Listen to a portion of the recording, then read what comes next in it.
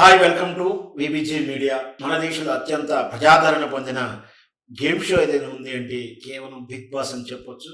ఆ తర్వాత డాన్స్ షోలు, దాని సమాంతరంగా పాటల షో అంటే పాటలు సింగర్స్ పార్టిసిపేట్ చేయడం. ఈ 3 రకాల షోలకు అత్యంత ప్రజాదరణ ఉంది. వీటితో పాటు కామెడీ షో కూడా ఉందని చెప్పొచ్చు. అయితే మొదటి స్థానంలో మాత్రం బ్రాండింగ్ వాల్యూ చూసినా, రేటింగ్ వాల్యూ చూసినా, ఏ రకంగా చూసినా కూడా బిగ్ బాస్ షోనే ముందుంటుంది. మరి ఎక్కడిది ఈ బిగ్ బాస్? విదేశీ సంస్కృతి అని అంటున్నారు. నిజంగా విదేశీ సంస్కృత? అసలు ఏంటి ఈ బిగ్ బాస్? ఒక స్టోరీ మనం తెలుసుకుందాం. బిగ్ బాస్ నిజంగా కూడా మన ఇండియన్ షో అయితే కాదు. ఇది యాక్చువల్‌గా మొదట్లో నెదర్లాండ్స్, నెదర్లాండ్స్‌లో 1991లో ప్రారంభమైనటువంటి బిగ్ వరల్డ్ ఎంటీవీ షో. మనకు తెలుసు కేబుల్ నెట్వర్కింగ్ వ్యవహారం శాటిలైట్ టీవీ వచ్చిన తర్వాత 1991 నుంచి ఆ విప్లవం స్టార్ట్ అయింది. మన దేశంలో కూడా 1991లోనే ఈ కేబుల్స్ ద్వారా టీవీలోకి ప్రైవేట్ ఛానల్ రావడం, శాటిలైట్ టీవీస్ రావడం, ఎంటర్‌టైన్‌మెంట్ రంగంలో మొదట వచ్చినటువంటి మొదట ఎంటర్‌టైన్‌మెంట్ ఛానెల్స్ వచ్చాయి. ఆ తర్వాత న్యూస్ ఛానెల్స్ కూడా వచ్చాయి. 24 గంటల న్యూస్ ఛానెల్స్ కూడా వచ్చాయి. ప్రత్యేకంగా వివిధ కేటగిరీలో వచ్చి స్పెషలైజేషన్ టీవీలు కూడా వచ్చాయి. స్పోర్ట్స్ అని, మ్యూజిక్స్ అని, సినిమాలని, ఎంటర్‌టైన్‌మెంట్ అని, న్యూస్ అని రకరకాలటువంటి ఎనిమల్స్ ఛానెల్స్ కూడా వచ్చాయి. రకరకాల కేటగిరీల channels, satellite channels, private channels వచ్చాయి. ఆ విప్లవం ఆ శాటిలైట్ విప్లవం 1991లో ప్రారంభమైంది. అప్పుడు వచ్చినటువంటి స్టార్టింగ్‌లోనే ఎంటీవీకి స్థానం ఎవరు జరపలేనిది. ఎంత అంటే ఎంటీవీ అంటే ఆ రోజుల్లో ఆ పాటలు, మ్యూజిక్‌లు, ఫ్యాషనేషన్ ఒక హై రేంజ్ కల్చర్ ఇష్టపడేవాళ్ళు. ఒక హైఫై కల్చర్ ఇష్టపడేవాళ్ళు. మెట్రో కల్చర్ ఇష్టపడేవాళ్ళు. ఎంటీవీలో వచ్చినటువంటి పాటలు గాని, ప్రోగ్రామ్స్ గాని చాలా అట్రాక్ట్ అయ్యేవాళ్ళు.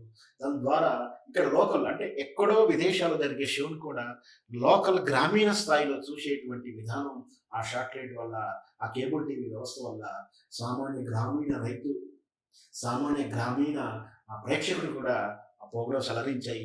అందులో నెదర్లాండ్స్‌లో 1991లో ప్రారంభమైంది మొదటి షో. అది బిగ్ వరల్డ్ పేరు మీద ఈ తరహా అంటే ఇప్పుడు మనం చూస్తున్న బిగ్ బాస్ తరహాని మొదట్లో బిగ్ వరల్డ్ అని ఒక షో చేశారు. అది కూడా ఒక నలుగురు, ఐదుగురు మంది ఒక ఇంట్లో కెమెరామెన్ తిరుగుతూనే అంత హిడెన్‌గా కాకుండా ఆ షో రావడం, అది సూపర్ డూపర్ హిట్ అవ్వడం, నిరంతరంగా 33 సీజన్స్ వచ్చింది ఆ షో. ముఖ్యంగా అంటే సీజన్ ఇయర్లీ కాదు, అది 6 నెలలకు, 3 నెలలకు ఒక సీజన్ స్టార్ట్ చేయడం ఎంటీవీలో. 1997లో యూకేలో 'సెలబ్రిటీ బిగ్ బ్రదర్' అనే టైటిల్ తోటి డాండీ మాల్ జూనియర్ పర్యవేక్షణలో ప్రారంభమైన ఈ షో ఈ రోజు వరకు ఈ విధంగా రూపాంతరాలు చెందుకుంటూ రకరకాల దేశాల్లో, రకరకాల లాంగ్వేజ్‌లో వివిధ పేర్లతో పిలువబడుతుంది.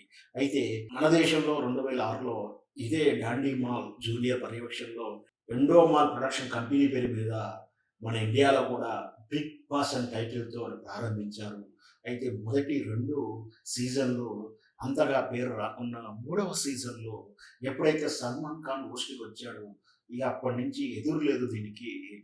తద్వారా వచ్చినటువంటి ఏదైతే క్రేజీ ఉందో యావత్తు ఇండియా కూడా వ్యాప్తిస్తూ వివిధ లాంగ్వేజ్‌లు అంటే రాష్ట్రాలు మన దేశంలో రాష్ట్రాల వ్యాప్తిగా లాంగ్వేజ్‌లు ఉంటాయి కాబట్టి ప్రతి రాష్ట్రంలో ప్రతి లాంగ్వేజ్ బేస్డ్‌గా తెలుగులో, కన్నడంలో, మలయాళంలో, తమిళ్‌లో ఇలా రకరకాలుగా ఆహ్, లోకల్ ఛానెల్ తోటి ఎక్కువ స్టార్ వాళ్ళతో టై అప్ అయ్యి ఈ ప్రోగ్రామ్స్ కంటిన్యూ చేస్తూనే ఉన్నారు. మన తెలుగులో 2017లో మొదటి సీజన్ జూనియర్ ఎన్టీఆర్ హోస్ట్‌గా ప్రారంభమైంది. ఆ తర్వాత సెకండ్ సీజను నాని నేతృత్వంలో వచ్చింది. ఆ తర్వాత నుంచి 3, 4, 5, 6, 7 అన్నీ కూడా నాగార్జున హోస్టింగ్‌తో బిగ్ బాస్ తెలుగు ప్రేక్షకులను అలరిస్తుంది. మొత్తం మీద ఈ బిగ్ బాస్ 7 సీజన్‌లో అన్నిట్లో కూడా మంచి రేటింగ్ సాధిస్తూ ఈ బిగ్ బాస్ ముందంజలో ఉంది.